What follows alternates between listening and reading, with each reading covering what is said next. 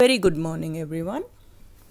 Myself, Dr. Sarita, and as you all know, we are doing the play The Post Office by Rabindranath Tagore. In my previous video, I had told you something about the author and also about the play. In this video, we are going to do a plot summary. Probably we'll be able to complete Act 1 and 2, and we'll continue the third act in the next video. So let's begin the plot summary of Act 1. The Post Office, which is a 3-act play, begins with Madhav Datta speaking with the doctor about a young boy with a fever. The doctor says that the boy cannot go outside or he will get worse.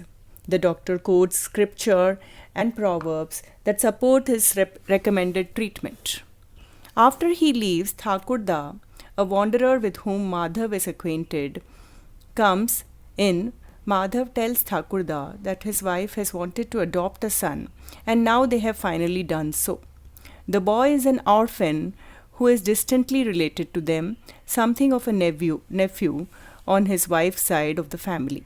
Madhav confides to Thakur that he did not want to adopt a son, lest the boy foolishly spend all the money Madhav has worked so hard to earn all of his life. Now, however, he loves the boy so much that he does not care. Madhav also makes Thakur promise not to allow the boy to play outside and not to excite him too much. Thakur agrees and promises to come back and only play quietly with the boy indoors. After Thakur leaves, the sick boy, who is named Amal, speaks with his uncle and adopted father, Madhav. Amal questions the doctor's orders, but Madhav says that the doctor knows best because he is well read and is an educated man. Amal concedes that he has not read anything and therefore must not know anything. Madhav then tells Amal that he can sit and read his whole life and become a pandit, that is a learned man who shapes public opinion because of his expertise.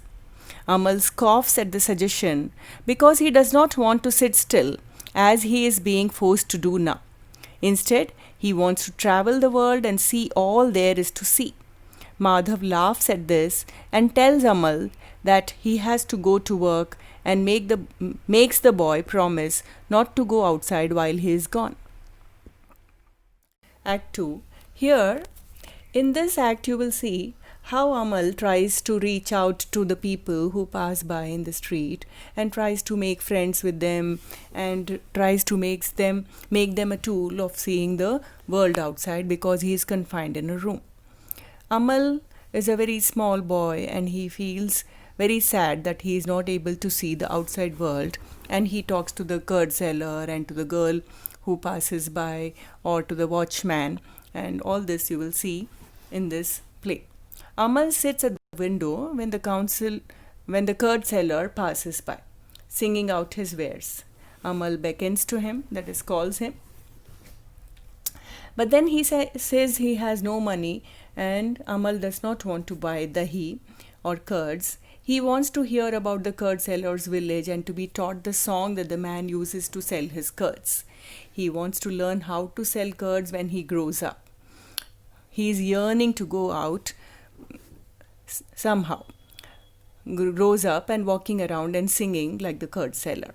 The curd seller tells the boy that he should become a pandit instead of selling curd.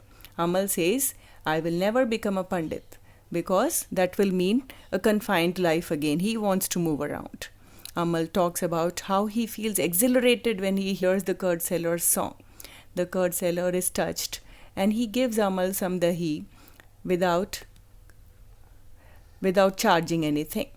He then continues on his way and Amal sings the dahi seller's song after he leaves. The watchman passes by and Amal calls him over. The watchman tells Amal that the boy should not yell or shout to him. He should be scared of him because he can arrest the boy and take him away. Rather than being scared by this, the thought itself of going away with the watchman excites Amal. The boy asks the watchman about his gong, that is, which is used to announce the time. From this conversation, the watchman makes a pun about the mortality, though Amal does not appear to understand it. If he does understand the joke, then his answer indicates that he wants to die in order to be free, because death will mean final freedom. Amal asks the watchman about the building across the street, which the watchman says is the new post office. The boy is entranced by the idea of becoming a mail carrier for the Raja, that is the local monarch or the ruler, traveling the world and delivering messages. The watchman sees the headman or the sarpanch, the local boss, coming their way, and he leaves before getting into trouble for stopping to chat. He promises to return the next day.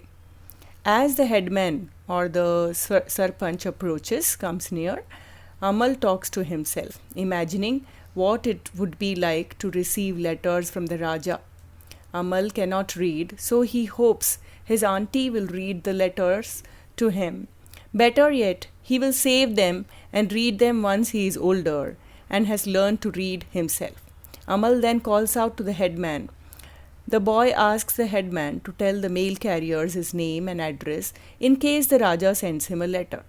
The headman, who is not very nice, teases Amal about being the Raja's friend. He says to himself that Madhav and his family have gone too far, pretending to be acquainted with royalty just because Madhav has been successful in business. He wants to be sure that they get their punishment for such audacity. The headman promises insincerely to speak with the Raja and have his letter delivered to Amal. In reality, he plans to speak to the Raja about Madhav's pretensions. After the headman goes, a girl walks by and Amal calls her over. She says her name is Shudha. She is on her way to pick flowers for her father, who sells the garlands she makes for them. Amal wishes he could go with her and says he would pick the best and hardest to reach flowers for her. Shudha says she would love to sit all day like Amal, but she must go before all the best flowers have been picked. Amal makes Shudha promise to return, and he asks her to bring him a flower, promising to pay her once he is grown up and has money of his own. Shudha agrees, swearing not to forget and saying, You will be remembered, Amal. Next, after that is first the seller, then Shudha, and now a group of village boys wander by.